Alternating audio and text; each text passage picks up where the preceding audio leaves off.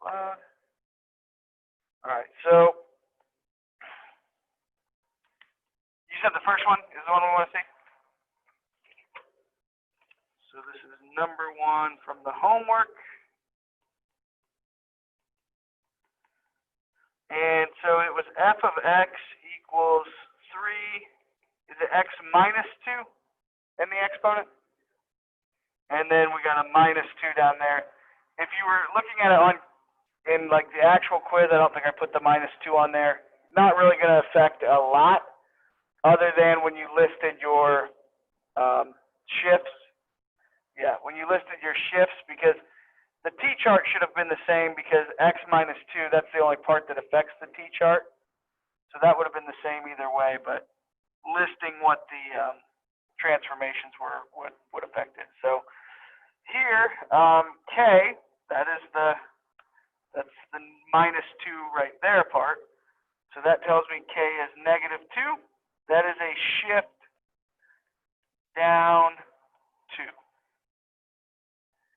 Okay. The part in the exponent, that minus 2, remember standard form, whatever the base is, x minus h plus k. Okay, because it's x minus h in the standard form here, h is positive 2. Even though in the exponent it's x minus 2, well, that fits the format, okay? And so that is a shift right 2, okay? Which then goes on to affect our t-chart. This changes x values. Okay, so making our t-chart. And so let me highlight kind of what the impact of this is. So if we usually plug in negative 2 to positive 2 for x, right? So thinking about negative 2 being out here. Well, if everything is shifting right 2 units, that negative 2, we're going to shift it right 2. Right 2 would put it right at 0. We're going to, adding 2 to it essentially.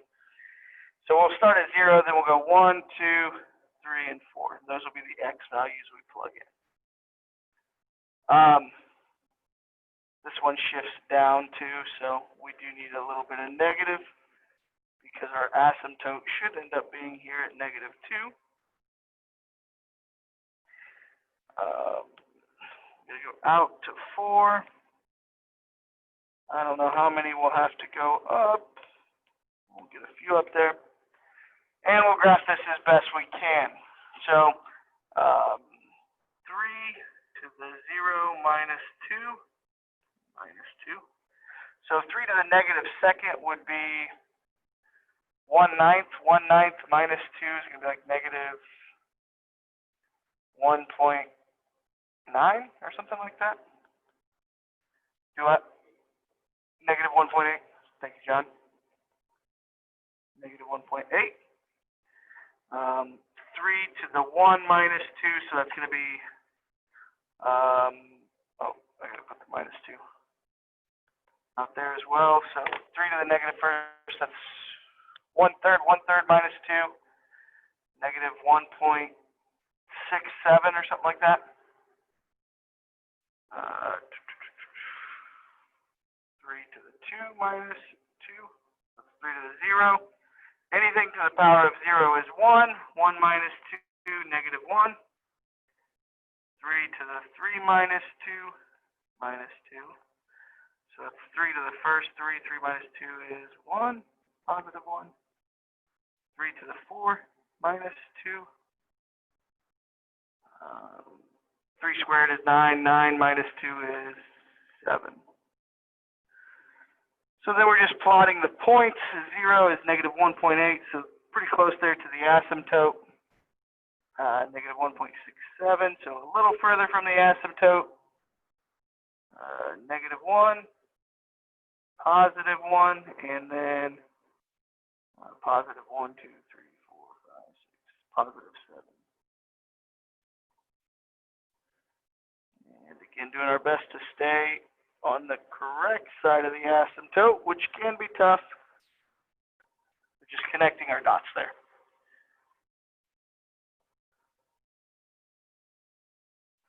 So does that help as kind of a refresher to get going today? A reminder on how the shifts work here as well.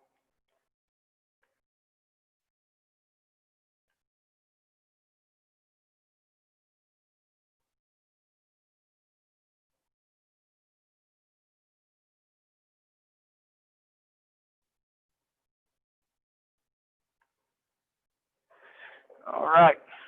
Any other questions on this problem or anything on homework that I could maybe help with? I don't think we could probably have time to do a whole homework question.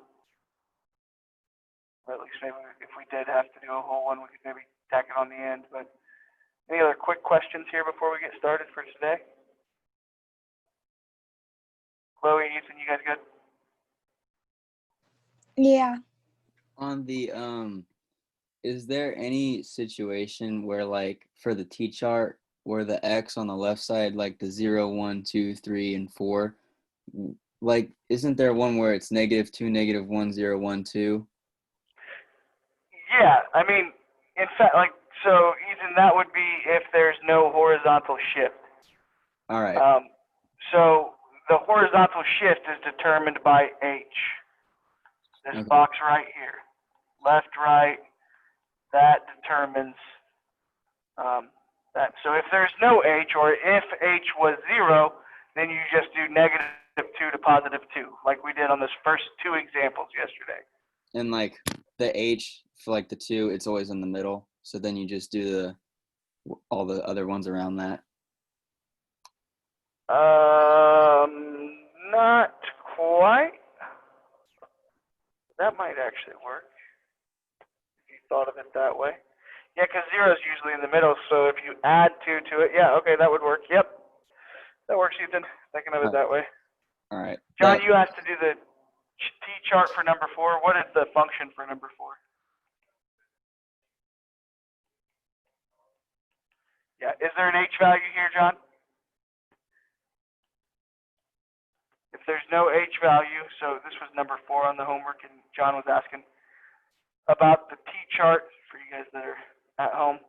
So again, here H is 0. There's nothing subtracting or adding to X, so it's just -2, -1, 0, 1, and 2.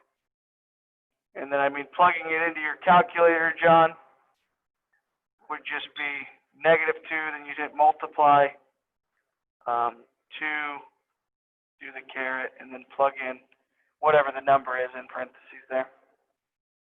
So this one ends up being, I think, -1/2. This should be 1/4. Yeah, 1/4 times -2 is -1/2.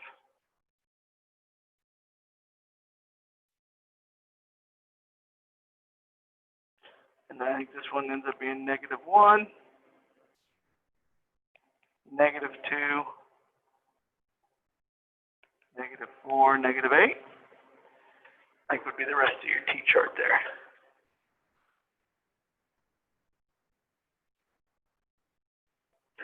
So that one, guys, notice A is negative, so that's why that's why all those values are negative. They're reflecting across the x-axis.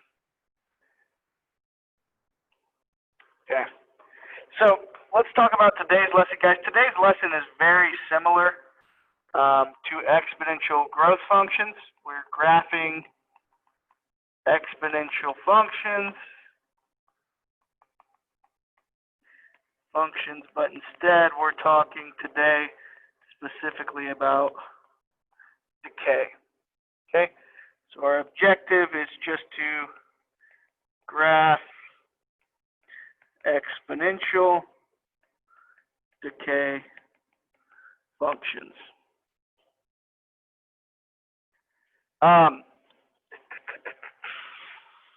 So what is an exponential decay function? So guys, again, it's that standard form. This is starting to look familiar. We just talked about it on the homework. We talked about it yesterday. you have A, H, and K. Okay. B, that is the base of the exponent. Okay. That is the base of whatever your exponent is here. If the base is greater than 1, that means you have exponential growth. Okay. If the base is greater than 1, you have exponential growth. If the base is between 0 and 1,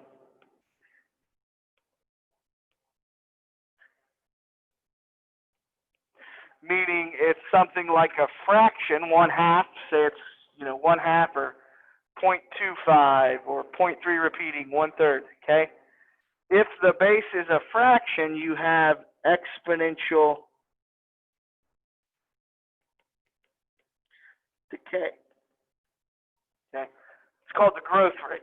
Okay? If the growth rate, that's what B is. It's the base of the exponent. And our real life application problems we'll do later in the chapter, it's called growth rate. Okay? So things that grow exponentially are populations, as the iris spread, money. Okay, those things can grow exponentially. Exponential decay, there's not quite as many examples of. Radioactive material undergoes exponential decay, where, like if the Chernobyl disaster, for example, when that immediately happened, radioactivity levels were high enough they could kill you in minutes. Okay? As time has gone on, it's still radioactive. There's still radioactive particles in the air and stuff, but the effect of that has diminished because the material has decayed. There's less material, less particles in the air. It's gone. It's called radioactive decay. Okay. So carbon dating is another way to go about decay function. Materials, like archaeologists find dinosaur bone and they want to know how long ago that dinosaur was alive. Well, the amount of carbon in those bones or those fossils can tell you how far back that bone would go. Okay, so those are decay ones. The growth one's a lot easier to model as far as real life examples. There's quite a few, but the decay, a little tougher to think of. But we'll worry about that later in the chapter. All I want you to know today is that our B value, it's going to be a fraction. And that's going to be what makes it a decay function. The decay function is going to look a little bit different. But the process is the exact same. And the only difference, I guess, is a lot more calculator work, probably. Algebra 2 students tend to not like fractions. So we're working with fractions, probably using our calculators quite a bit. So the first example, actually, let's talk about the first example we did yesterday before we do anything. And so this is going to be a really nice comparison for you guys. Yesterday, the base, we did an exponential function. This is growth. The base is 3. We made our t-chart, -2 to 2 because there was no changes here. So 3 to the -2nd, guys, that was 1/9. 3 to the -1st was 1/3. 3 to the 0 is 1. 3 to the 1st is not 1, it's 3. And 3 squared is 9. So I just wanted to write this out quickly. You guys don't even necessarily need to write it. It was your first example yesterday. It's just going to be a nice comparison as far as visuals go. So I want to get it on the iPad here.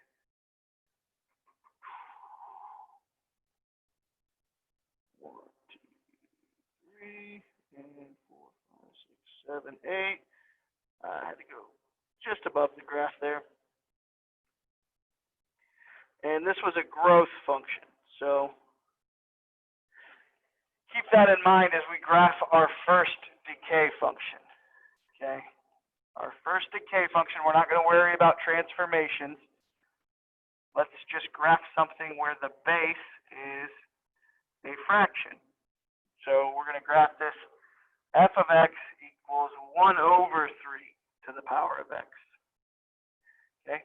There's no transformations, so the x values we're going to plug in are still going to be negative 2, negative 1, 0, 1, and 2.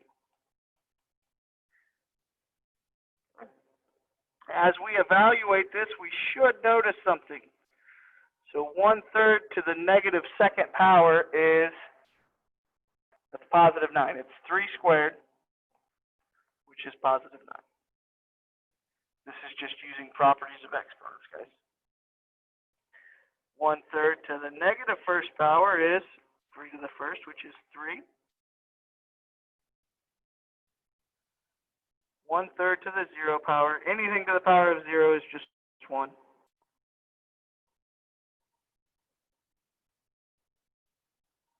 Um, 1/3 to the power of 1. Well, that's 1/3. Then 1/3 to the power of 2 is 1/9. So if we graph this, is what do we just notice just looking at the t-charts? What's going on here? Opposite, right? The growth function, it was growing by a factor of 3. We were multiplying by 3 as x increased. Well, here, as x is increasing, we're dividing by a factor of 3. We took 9, divided it by 3. Took 3, divided it by 3. 1 divided by 3. Okay? So we're cutting it down by a factor of 3. It's the opposite.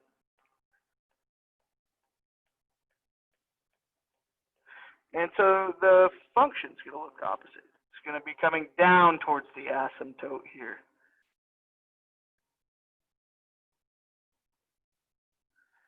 Okay.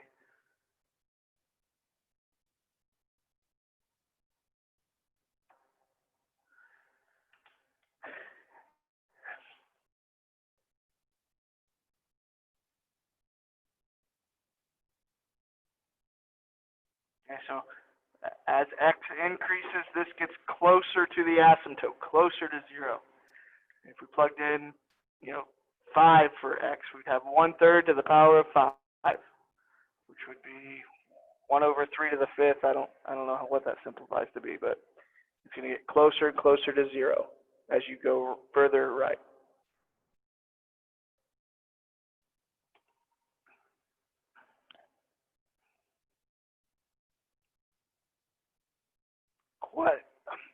Questions on that first one, or on our first decay example? Pretty straightforward, right? Without any transformations. Guys, with transformations, it's literally the same exact problems as yesterday, the same transformations, okay, as far as A, H, and K. But, again, when we plug in with these fractions, you guys are going to tend to want to use calculators a lot more, which is fine. I'm encouraging you to use them. I mean, that's what we have, the technology. You probably want to use it. So f of x equals 1/4. Oh, sorry. 2. We gotta have an a value here. 2 times 1/4 to the power of x plus 2, and then minus 3. So here, our base of the exponent is 1/4. So this is a decay problem. If the base of the exponent is a fraction, it's a decay problem. If it's greater than 1, then it's a growth problem. Okay, so here we have an a value. A is 2. Okay.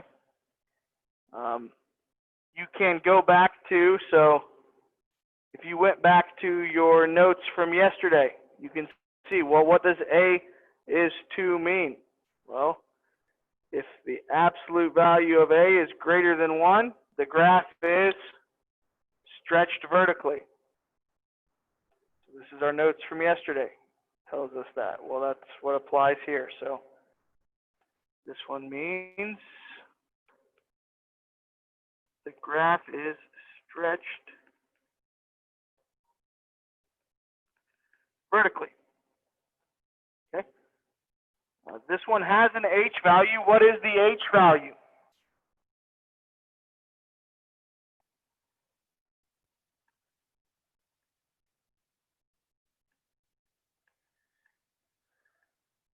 What's the H value here, guys? 2. 2?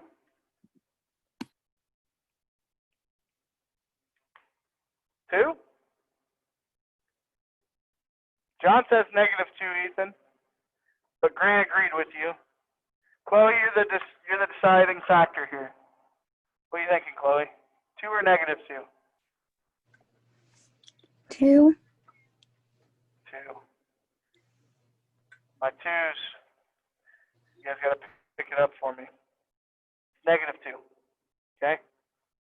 Remember looking at this. This is again from notes yesterday. So it's x minus h. That is like this. That's our standard form. So here we have, and maybe if I show it to you guys, sorry. If I show it to you guys, back where I just was. Let me highlight something for you, maybe. If the standard form is a dx minus h plus k,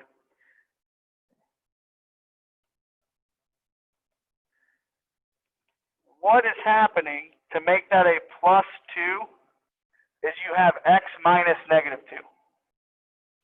H is -2 in this case. That's why we write it as, it is written as x plus 2, right? We need to think of it as an x minus -2. That's how we get that plus sign. So H is not +2, -2. Okay, that'll throw us off all day. If we get the wrong, because H determines your or your x values that you're plugging in.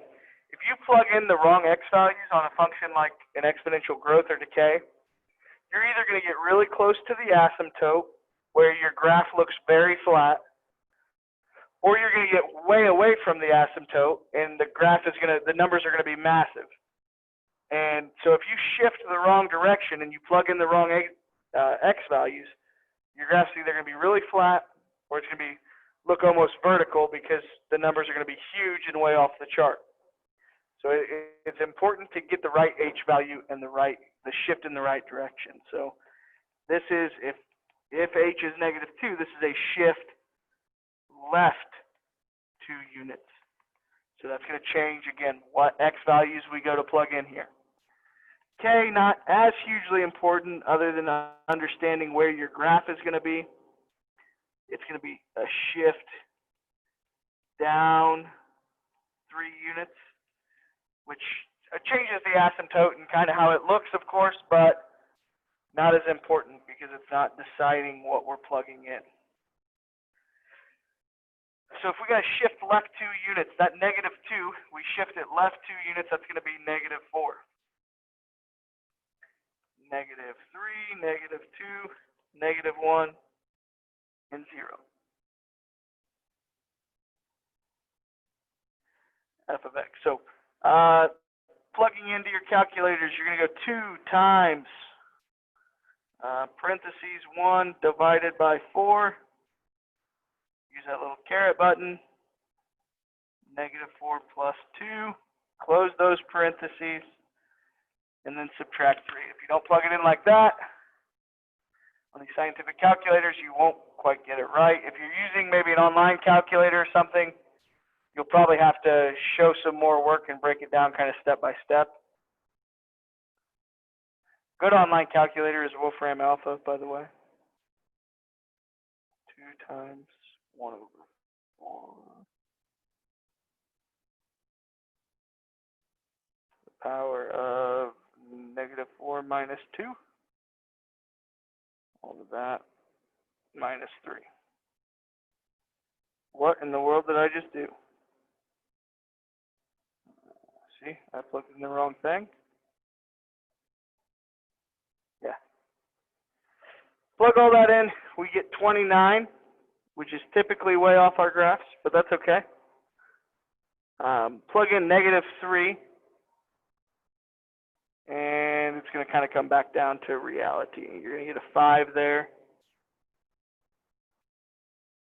-2, -1. Plug in -1, and you get -2.5. Plug in 0. -2.875.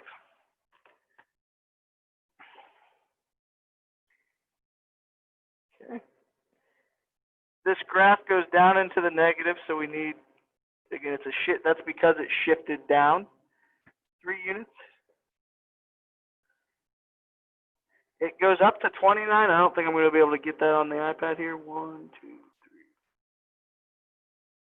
3, 8, 9. Yeah, I'm not going to get up to 29 for our -4, so don't sweat that too much. It's just going to end up being way off my graph. -3 and 5. Going to plot that one. -2, -1. Oh, sorry.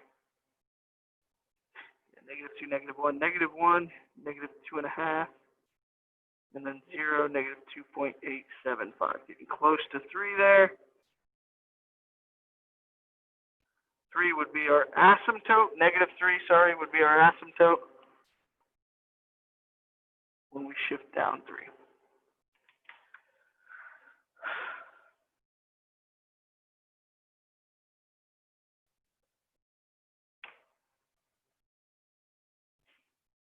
Okay. Have time to answer questions on this. I was just going to do one example because it is so similar to yesterday's assignment. What can I help you guys with?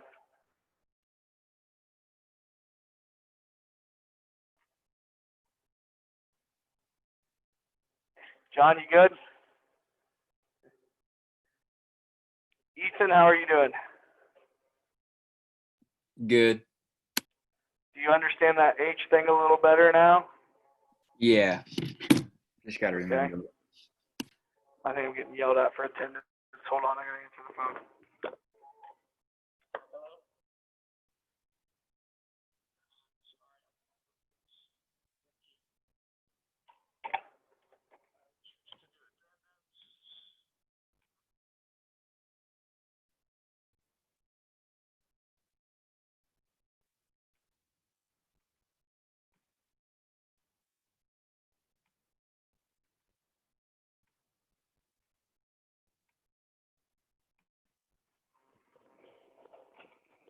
Sorry, the phone kind of cut you off there, but you said you were good with.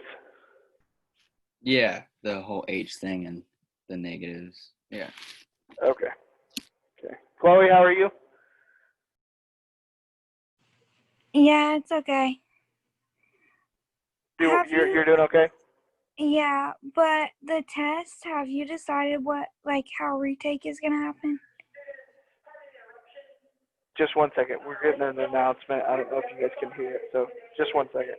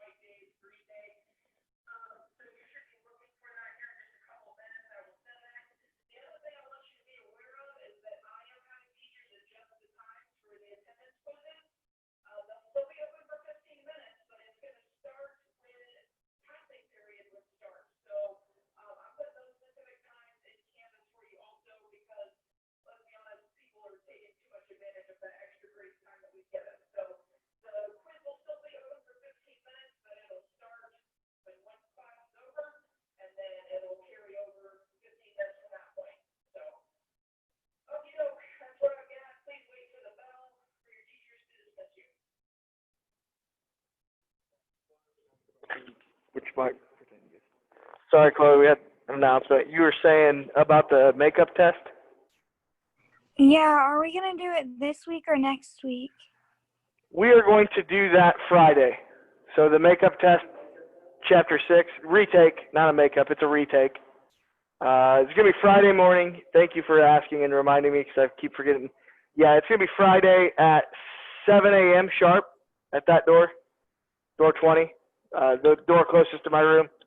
Again, the reason for 7 is because 7:45 is when we're supposed to be going for the kids that are going to be here.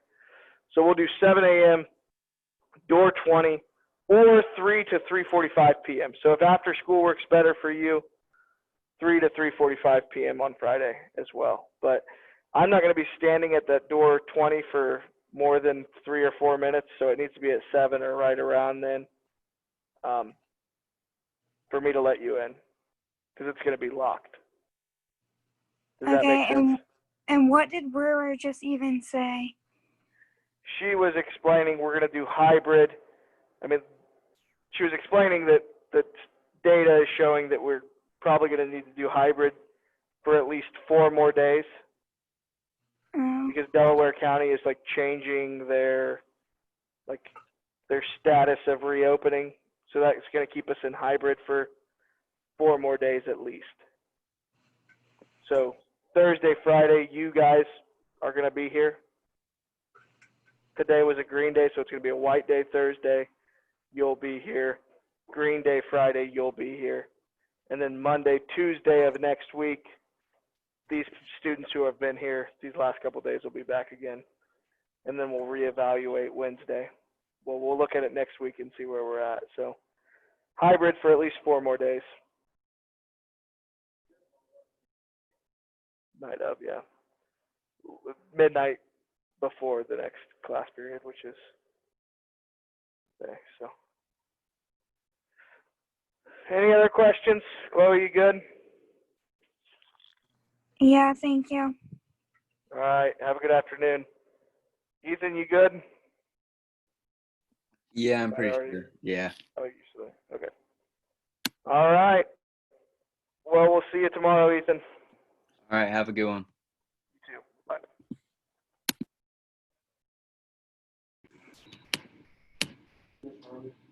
Yes, sir.